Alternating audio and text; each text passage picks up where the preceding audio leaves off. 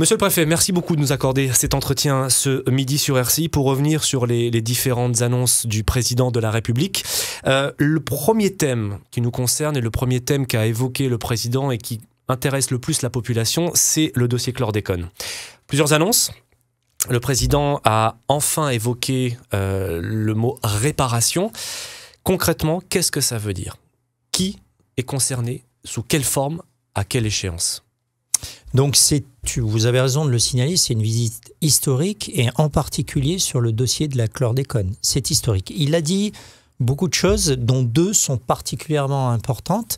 Effectivement, il a reconnu une part de responsabilité de l'État dans une responsabilité qui était collective, ce qui du coup pose la question de la réparation, notamment pour les travailleurs de la chlordécone, c'est-à-dire concrètement ceux qui ont travaillé dans les bananeraies. Et il a pris une décision très concrète qui est d'ouvrir ce qu'on appelle la procédure des maladies professionnelles, la reconnaissance de maladies professionnelles pour ces travailleurs des bananeraies. Alors ça passe encore par une analyse des instituts en charge des conséquences de la chlordécone sur un certain nombre de pathologies, mais c'est une procédure qui désormais est officiellement lancée par le chef de l'État et qui trouvera son aboutissement. Il a dit une deuxième chose importante, c'est que nous devions désormais travailler dans la direction de la chlordécone zéro dans l'alimentation, c'est-à-dire une alimentation privée de chlordécone. Et ça, c'est aussi une évolution majeure du dossier. Alors, est-ce qu'on peut, de manière très concrète, expliquer ce que ça veut dire l'ouverture de ces registres? Concrètement, pour les travailleurs qui ont été en contact avec le pesticide, qu'est-ce qui va se passer? Alors, dès qu'il y aura les résultats des études scientifiques, donc en mars 2019, dès qu'ils seront disponibles, ça permettra à la sécurité sociale de traiter les dossiers, parce qu'en fait, il y a déjà un certain nombre de travailleurs qui avaient transmis leurs dossiers à la sécurité sociale, et l'inscription sur le registre des maladies professionnelles, c'est un peu technique, mais et ça voudra dire quoi? Ça voudra dire que si les études scientifiques le confirment, ça sera vraisemblablement le cas, la chlordécone est bien responsable d'un certain nombre de maladies pour ces travailleurs-là, et donc ils pourront se voir ouvrir le droit à indemnisation. Ça a été le cas, je vais prendre un exemple très concret, c'est les travailleurs de l'amiante, où on a reconnu le caractère cancérigène de l'amiante. Donc vous pouvez avoir un droit à indemnisation, ça ne répare pas tout. On est là dans le pécunier, c'est évidemment pas totalement réparateur, mais ce droit-là, une fois inscrit dans les registres, ce droit est reconnu. Alors ça, c'est pour la partie sécurité sociale, on va dire. Absolument. C'est pour la partie étatique de la responsabilité collective que le président a évoquée. Mais est-ce qu'il y aura des suites judiciaires? Est-ce que les personnes, les autorités locales, les entrepreneurs qui ont commandé ce pesticide, sachant les dangers pour la santé, est-ce que la réparation va les concerner de la même façon avec une procédure? Alors, le chef de l'État, vous le savez, est garant de la séparation des institutions et notamment du pouvoir judiciaire.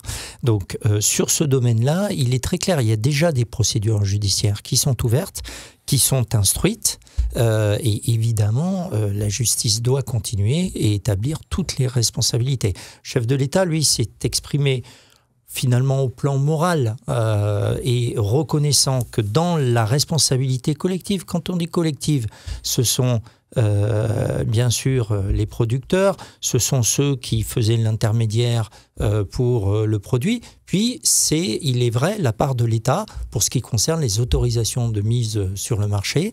Et donc c'est sur ce point-là que s'est exprimé le président.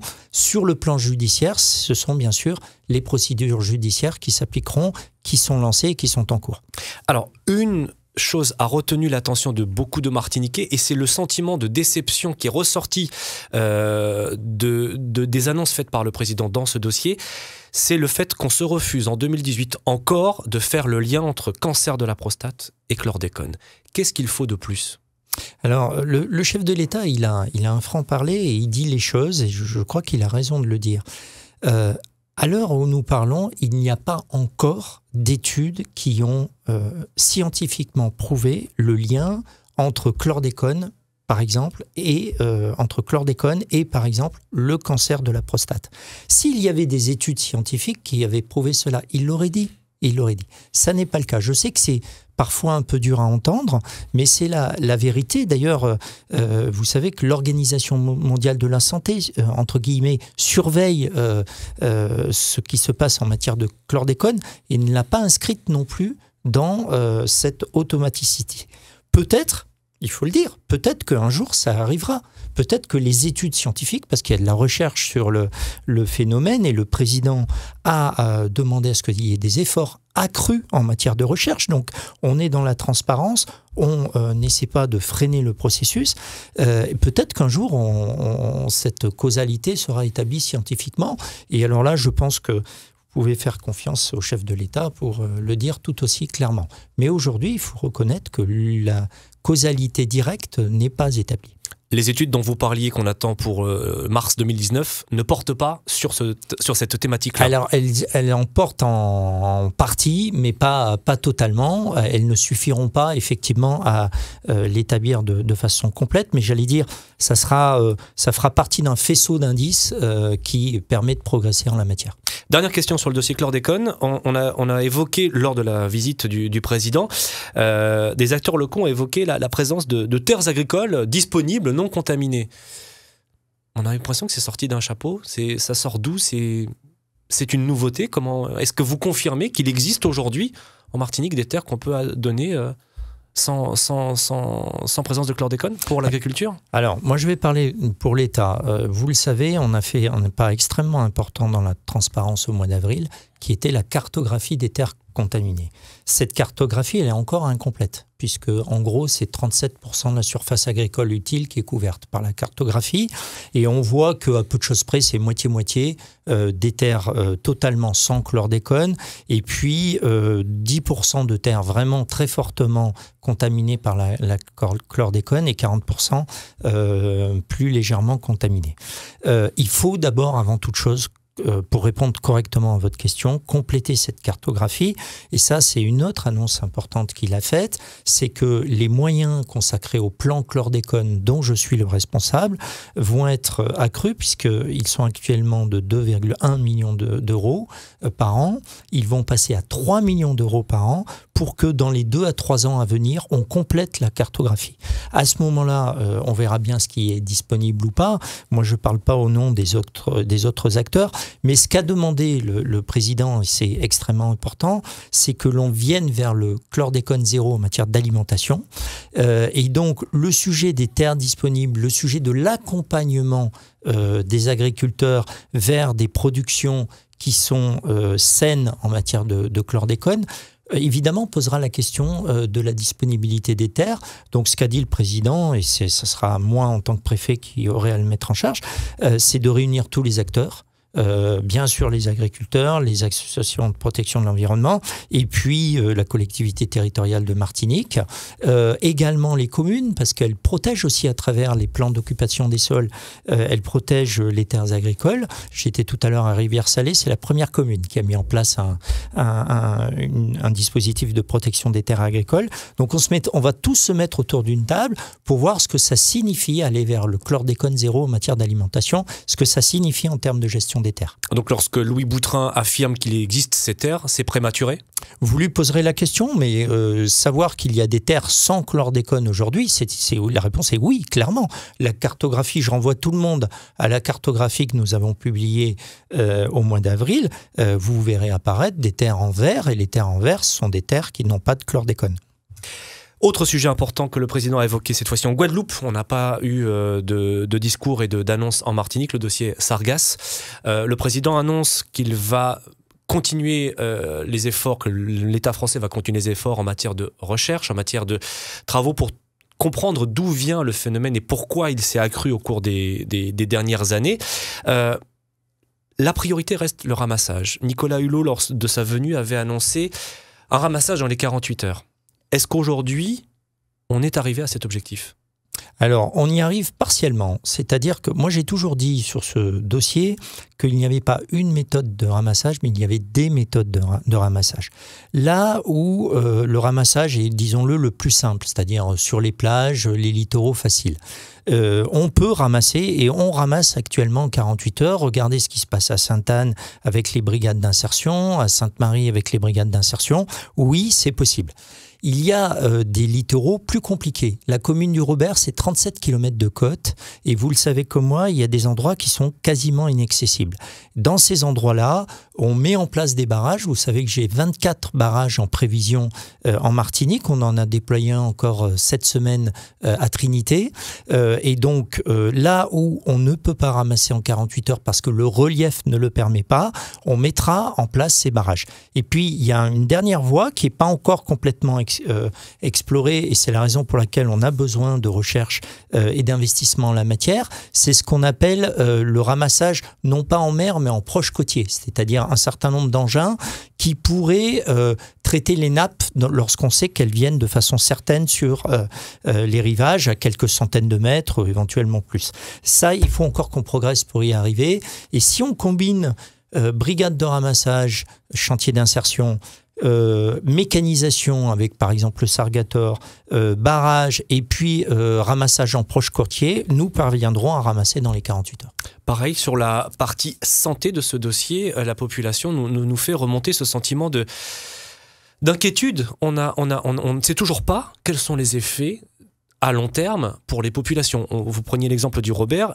Ces riverains du Robert qui respirent l'air des Sargasses depuis quasiment un an de manière ininterrompue, sont-ils en danger ? Alors clairement, la santé est effectivement un des aspects qui préoccupe. D'abord, le meilleur moyen de ne pas ramasser, de ne pas inhaler les gaz, c'est justement de ramasser en 48 heures. Puisque vous le savez, elles se décomposent en 48-72 heures. Donc c'est la raison pour laquelle c'est notre objectif principal. Pour ce qui concerne la prise en charge immédiate de la santé, vous le savez, on a des capteurs que l'on contrôle. Moi, je reçois chaque jour et c'est disponible sur le site de l'Agence régionale de santé. On a les mesures des 24 capteurs qui ont été installés en Martinique, 14 qui sont fixes, et on prend les mesures éventuellement d'évacuation. Heureusement, on n'a pas atteint les seuils, si c'est nécessaire, ou alors on envoie des équipes médicales. Le sujet que vous posez, et qui n'est pas résolu pour le moment, c'est effectivement celui de l'exposition long terme. Donc le gouvernement, conformément aux plaintes et à ce que les élus locaux nous avaient dit, le gouvernement a saisi l'ANSES, qui est l'instance d'examen des politiques sanitaires et qui est indépendante en matière de santé. Et donc, nous attendons de l'ANSES des préconisations sur ce qu'on appelle l'exposition en long terme. Mais encore une fois, le meilleur moyen de protéger la santé des gens, c'est quand même bien de ramasser dans les 48 heures. En un mot, très rapidement, le président a évoqué la nécessité de gérer le problème à la source, c'est-à-dire ces deux canaux de pollution qui sont à l'origine de la prolifération massive de ces algues. Concrètement, est-ce qu'il y a des discussions à l'international ? Est-ce que le président est en train de prendre ce dossier à bras-le-corps réellement ? Alors, il y avait une grande continuité dans son déplacement, puisqu'il revenait de l'Assemblée générale de l'ONU, où il a discuté de ce sujet. Vous le savez, le gouvernement a lancé le 12 décembre dernier ce qu'on appelle une initiative Caraïbes, avec l'ensemble des pays de la Caraïbe, pour que la France et ceux-là puissent peser sur ceux qu'on soupçonne d'être les émetteurs de sargasses, c'est-à-dire le Brésil, pour dire les choses très clairement, sans doute aussi les pays du golfe de Guinée. Mais ce n'est pas pour les condamner, c'est pour tous ensemble définir des méthodes pour qu'il y ait moins de prolifération de sargasses. Dossier très important que le président a évoqué avec une annonce, c'est 40 millions d'euros pour le CHU. La question que j'ai envie de vous poser aujourd'hui, est-ce que cette somme est une bouffée d'oxygène à très court terme ou est-ce que c'est un investissement structurel ? Car l'hôpital a besoin d'une refonte structurelle totale. Est-ce que ça va suffire à sauver le CHU ? C'est la démarche qui est à la fois de court terme et structurelle. Les 40 millions d'euros, ils étaient indispensables parce qu'actuellement, l'établissement il est étranglé vis-à-vis de ses fournisseurs. Concrètement, il paye avec beaucoup de retard, donc les fournisseurs hésitent à travailler pour le CHUM. Ces 40 millions d'euros sont 40 millions d'euros de trésorerie qui vont permettre justement de retrouver des marges de manœuvre. Mais ce qu'a dit le chef de l'État, il a dit aussi, évidemment, je crois que tous les acteurs de la communauté hospitalière en sont conscients, il est indispensable que le CHU se réorganise lui-même pour être plus performant. Je vous donne un exemple. Ce qui a été très développé ces dernières années dans les hôpitaux français, c'est l'hospitalisation de jour. Moins on garde un patient, mieux ça vaut pour lui. D'ailleurs, plus on limite aussi ce qu'on appelle les maladies qu'on peut contracter dans les hôpitaux. Donc, il y a des efforts de réorganisation à faire. Et puis, le président a dit une chose aussi qui est parfois ressentie comme un gros mot. Il incite à davantage de coopération avec le CHU de Guadeloupe. Il faut quand même reconnaître qu'il y a des spécialités, par exemple en neurochirurgie pédiatrique notamment, la Martinique est très très bonne. Or, dans ces spécialités où il y a peu de malades, il est intelligent de davantage coopérer entre les deux hôpitaux. Qui peut croire sérieusement qu'il est mieux d'envoyer un malade se faire soigner dans l'Hexagone plutôt que de le faire soigner en Guadeloupe ou vice-versa. Donc, il a appelé à davantage de coopération entre les deux établissements en regardant dans lequel les uns et les autres sont les meilleurs. Mais comment faire cette coopération lorsque deux territoires ne sont pas frontaliers, ne sont pas accessibles? On va parler clairement, monsieur le préfet. Il ne suffit pas de prendre sa voiture, de faire 100 km pour se rendre dans l'autre CHU. Le prix des billets d'avion dépasse facilement les 250-300 euros pour un aller-retour en Guadeloupe. Quand le président de la République parle de coopération qui doit se faire entre les deux pôles, CHU de Guadeloupe, CHU de Martinique, qui va prendre en charge ces billets d'avion ? Alors, pour les malades, le sujet est à zéro, parce que vous savez que la sécurité sociale, lorsqu'il y a une évacuation sanitaire, prend totalement en charge l'évacuation sanitaire sur l'autre établissement, et puis les soins afférents, le séjour, etc. Donc, fort heureusement, pour le malade, il n'y a pas de sujet. La question que vous posez, elle est plus pour la famille, bien évidemment. Donc, il faut faire tout un travail d'abord technique pour justement identifier quelles spécialités sont les meilleures dans chacun des établissements.